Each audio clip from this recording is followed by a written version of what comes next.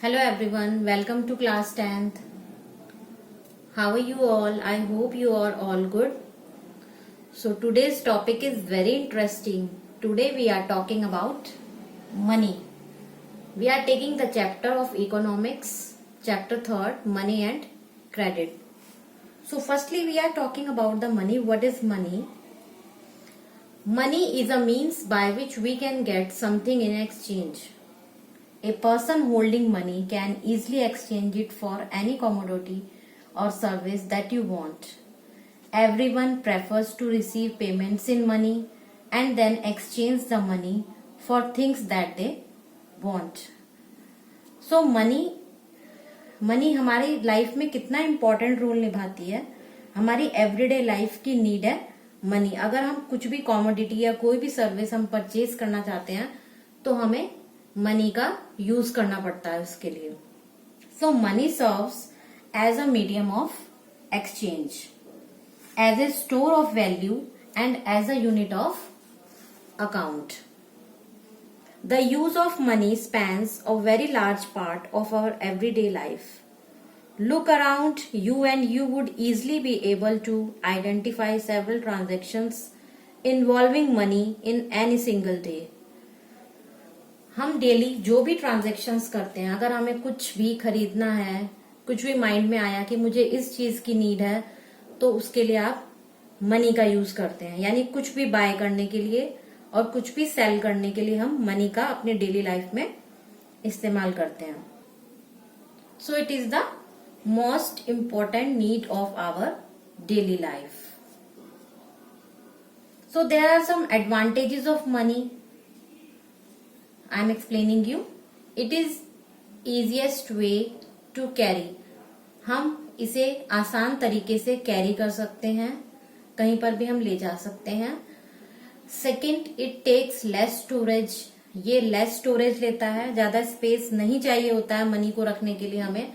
हम इजिली इसे अपनी पॉकेट में या with the help of debit credit cards उनकी हेल्प से स्टोर कर सकते हैं. Third, removes the coincidence of bonds.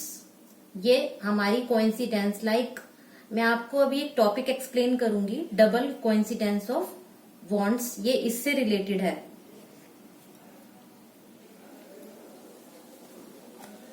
So I am explaining you the topic.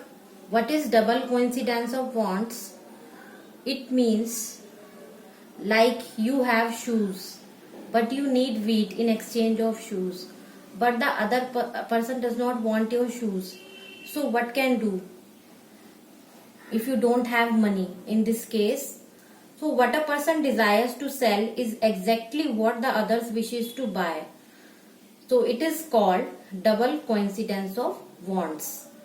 It means अगर आपके पास, मान लीजिए आपके पास स्केट बोर्ड है और आपके फ्रेंड के पास है एक साइकिल. आप साइकिल लेने में इंटरेस्टेड हैं बट आपके दोस्त को स्केट बोर्ड पसंद है, तो आप आपस में आसानी से उसको एक्सचेंज कर लोगे. लेकिन अगर आपके पास स्केट बोर्ड नहीं है, कुछ और चीज है जो कि उसे नहीं पसंद है, तो अब वो आपसे एक्सचेंज में उसको नहीं लेगा. यहाँ पर मनी का यूज नहीं, ये ज्यादातर पहले इस्तेमाल किया जाता था, यानी एंशियंट टाइम्स में. यानी कि लोग वीट के बदले में, गेहूं के बदले में कोई भी चीज खरीद रहे हैं. जैसे दुकानदार को थोड़ा गेहूं दे दिया और उसके बदले में कोई चीज ले रहे हैं.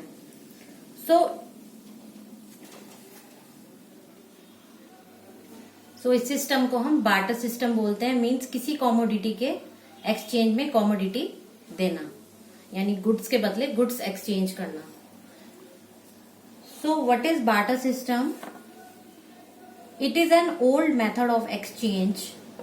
In this system people exchange goods and services and in return they also get any goods in exchange. So due to lack of money, bartering system became popular in the 1930. So उस time पर barter system ancient times में start हुआ था. इसमें चीज के बदले चीज का ही आदान प्रदान किया जाता था. और इसमें उस टाइम पर ये क्यों शुरू हुआ? क्योंकि उस टाइम पर मनी के कमी आई थी उस टाइम पर 1930s में. तो ये बार्टर सिस्टम उस टाइम पे स्टार्ट हो गया था. तो इसका एक एडवांटेजेस हैं, you do not need money to barter, इसमें आपको बार्टर यानी कुछ भी एक्सचेंज करने के लिए मनी की जरूरत नहीं पड़ती थी।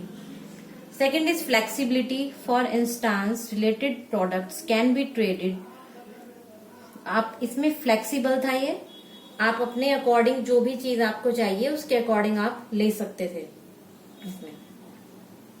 For example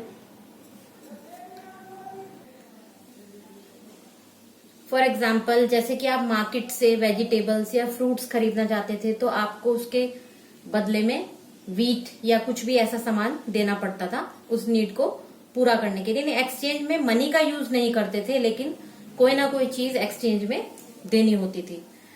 so there are some disadvantages also, जिस भी चीज के एडवांटेजेस होते हैं उसके कुछ डिसएडवांटेजेस भी होते हैं। तो फर्स्टली इसमें कुछ कॉम्प्लिकेशंस थी। It is determining how trustworthy the person you are trading with is, आप जिस पर्सन के साथ भी सेल या बाय कर रहे हैं कोई भी चीज, तो वो कितना आप उस पर ट्रस्ट करते हैं, यानी आपको वो उस चीज के बदले में, मान लीजिए आपने आज उसे दिया, उसकी दुकान पर वो चीज नहीं है और उसने आपको कहा कि मैं कल दे दूंगा, बट आप उस पर ट्रस्ट कर सकते हैं या नहीं, यानी कि कॉम्प्लिकेशन ये थी कि ट्रस्ट वर्दी हमें देखना होता था कि वो सामने वाला ट्रस्ट वर्दी है या नहीं जिसके साथ हम ट्रेड कर रहे हैं। Second, don't have any proof, the other person does not have any proof और certification that they are legitimate and there is no consumer protection and warranties involved। जैसा कि आजकल आप कोई भी चीज कहीं भी कुछ भी परचेज करते हैं तो उस पर कुछ ना कुछ आपको कंज्यूमर प्रोटेक्शन एक्ट्स के सभी रूल्स और वारंटीज वगैरह मिलती हैं, और एक आपके पास बेसिक प्रूफ होता है सर्टिफिकेशन का कि आपने चीज खरीदी है और इतनी इसकी वारंटी है। इस तरह से कोई प्रूफ नहीं हुआ करता था, तो ये इसका एक डिसएडवांटेज था। Third, it requires skills and experience। इस चीज में स्किल और एक्सपीरियंस की जरूरत ज्यादा पड़ती थी, यानी आप अपने किस से आप एक्सचेंज कर रहे हैं, फैमिली से कर रहे हैं, फ्रेंड्स से कर रहे हैं, तो इस चीज में स्किल और एक्सपीरियंस की ज्यादातर नीड हुआ करती थी।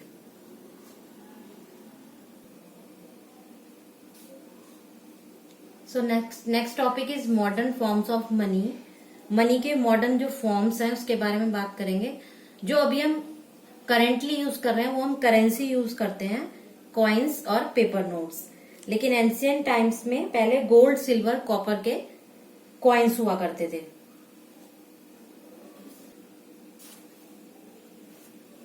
इस तरह के कॉइन्स हुआ करते थे पहले अर्लीस्ट टाइम में। ये 2500 ईयर्स पुराना एक कॉइन है और इसके नीचे कुछ और कॉइन्स भी दिए हुए हैं। ये है गोल्ड कॉइन, ये तुगलक कॉइन है। तो इस तरह के कॉइन्स पहले एंशियंट टाइम्स में यूज किए जाते थे। So in modern times we are using notes, like the value is mentioned on the every note, like 10, 50, 100, 500, 2000।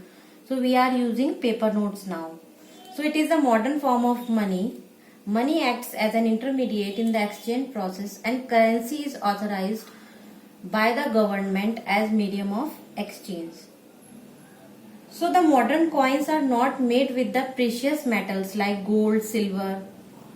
The real values of the modern coins are less than its face value. तो modern times में जो coins होते हैं जो अभी हम use कर रहे हैं वो किसी इसी प्रीशियस मेटल्स से नहीं बने होते हैं, गोल्ड से या सिल्वर से, लेकिन पहले टाइम पर जो यूज किए जाते थे वो गोल्ड या सिल्वर से बने हुए थे, जैसा कि मैंने आपको अभी पिक्चर में कुछ कॉइन्स दिखाए थे। So this currency is authorised by the government of the country and accepted by the others in India. RBI has authority to issue currency notes on behalf of the central government. In India, no individual can legally refuse to accept the rupees issued by the RBI. It means ये currency RBI reserve bank of India के through authorised है, वो ही central government के behalf पर currency notes को जारी करने का उन्हीं को सिर्फ परमिशन है। और कोई भी इंडिया में इस करेंसी यानी जो रुपीज हम यूज करते हैं इसे एक्सेप्ट करने से रिफ्यूज नहीं कर सकता। यानी हमारे इंडिया में ये करेंसी चलती है। और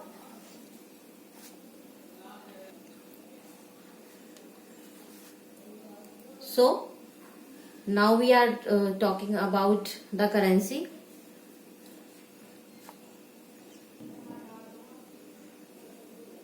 So next topic is deposit with banks. So it is also a form of money. A person can deposit money in there by opening an account on his or her name. People need only some money at a point of time. कोई भी अपने bank में account open करने के बाद उसमें money deposit कर सकता है और अपने अकॉर्डिंग जब उसको नीड हो वो उसको विड्रॉ भी कर सकता है। जो बैंक के साथ जो अकाउंट्स ओपन किए जाते हैं like savings account, current account, ये इसके एग्जांपल्स हैं अकाउंट के।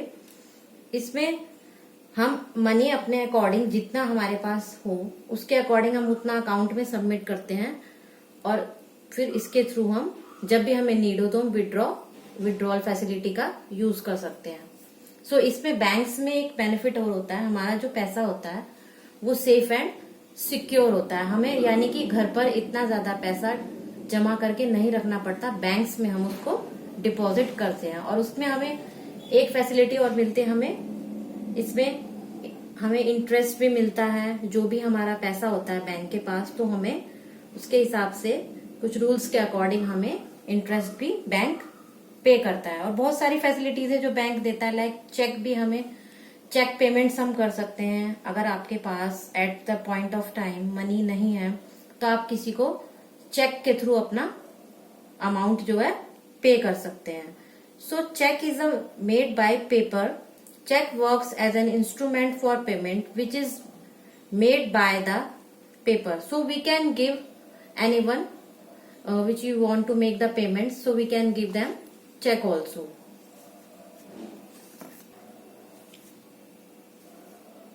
Next is we can use credit and debit cards also.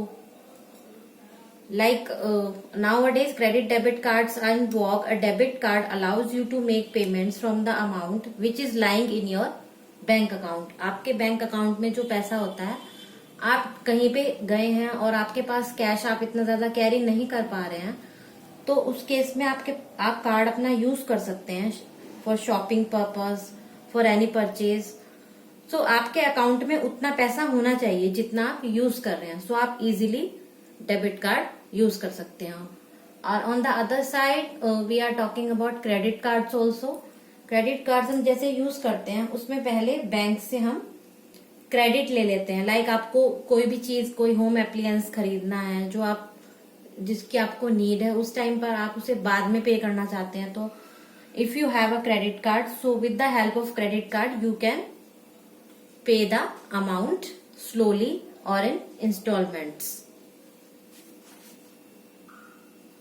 So credit card से जो हम पैसा यानी जो भी कोई सामान परचेज करते हैं उसकी हेल्प से तो हमारे पास एक बैंक की तरफ से लोन की तरह हो जाता है।